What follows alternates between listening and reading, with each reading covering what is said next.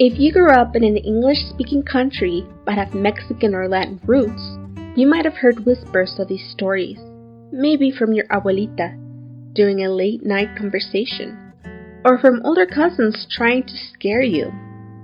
But did you ever really experience them? Did you ever wonder what else was left untold? Today, we're diving deep into the stories of Duendes, Chaneques, and Aluxes, mysterious beings that, depending on who you ask, are either protectors or tricksters. And whether you believe in them or not, their stories are deeply woven into the culture of our families left behind. So, let's reconnect.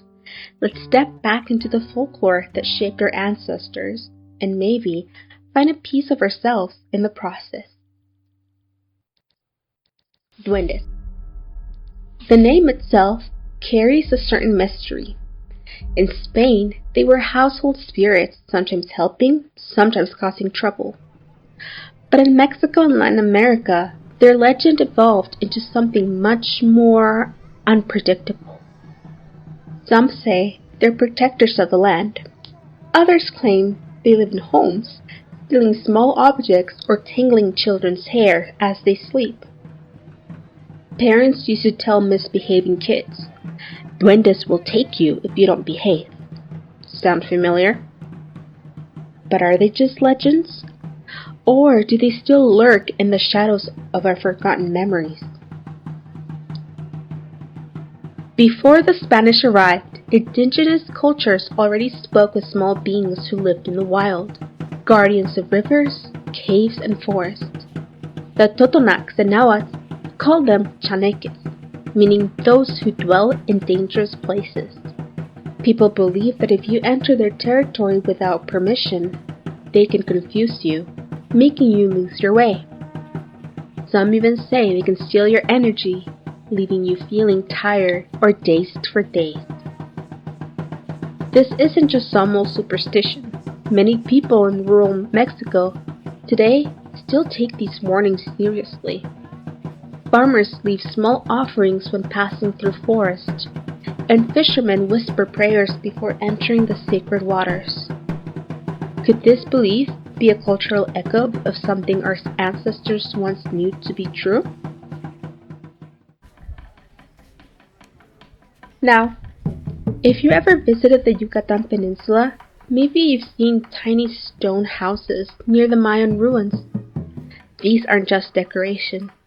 Locals say they belong to the Aluxes, the trickster spirits of the Maya. Legends say the Aluxes protect their land and help farmers, but only if they're respected. If angered, they can cause sickness, bad luck, or even summon storms. To this day, some people still perform ceremonies before building homes or roads, asking permission from the Aluxes. Imagine a belief so strong that it has lasted for centuries, surviving colonization, modernization, and even the skepticism of our generation. Now, let me tell you a story. It happened in Jalapa, Veracruz, a place known for its fog-covered mountains and deep forest. One evening, a group of children were playing near the woods when not one of them suddenly disappeared. Panic set in. After searching frantically, they found him hours later, standing at the edge of the forest, staring into the trees. "I was with the little man," he said. "He told me to follow him." The boy was unharmed, but when they asked him where he had been, he simply said, "I don't remember." Some say it was just a child's imagination.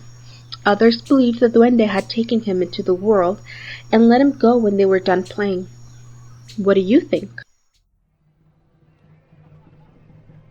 Whether you believe in these beings or not, one thing is clear. Our ancestors took them seriously. And for those who did encounter them, they were ways to protect themselves. Curanderos, traditional healers, used special prayers, herbs, and even red bracelets to ward off mischievous spirits. Families placed small gifts of food or coins outside their homes to appease them. And some still say If you ever find yourself lost in the woods, turn your clothes inside out. It confuses the spirits and helps you find your way back. Maybe these are just rituals, or maybe they're survival tools passed down for generations. Growing up in an English-speaking country, we often miss out on the full experience of our culture, our history, our myths, our traditions. But that doesn't mean we can't reclaim them. So tell me, did your family ever tell you stories of Duendes, Chaneques, or Aluxes? Have you ever had an unexplained experience?